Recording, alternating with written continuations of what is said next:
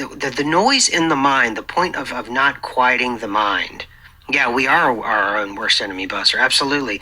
The purpose of not quieting the mind is to have a mirage, have a distraction to all the other things that are happening in your substrata that defeat you.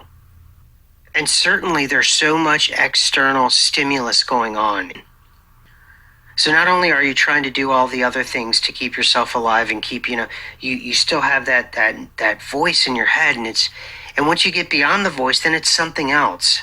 It's something else not a lot of people talk about, but I've been noticing it and I've been able to isolate it. And it's just it's not really a voice as a presence that tells you, you can't do this or you can't do that. And then you start to get into a point of reasoning why you can't do something and say, okay, this is an issue. I need to deal with this. This is a real thing. I need to deal with this. And that's when you start to meditate on that. And it's not just a one and done thing. You've got to do it over and over. And what you're doing is you're retraining your subconscious about fear. Your reaction to fear and your reaction to the limitations that have been programmed inside of you since day one. You have been programmed. Whenever I was talking to someone I liked or I cared for, or someone in my life, sometimes I would call it like a bolt of lightning from like a black ball. It would hit me in my head. Now, this is just in my own head, and it sounds crazy, right? It would hit me in my head, and it would say something really awful about the person. And then it would make me kind of shy away from the person. It would make me feel bad that I thought that.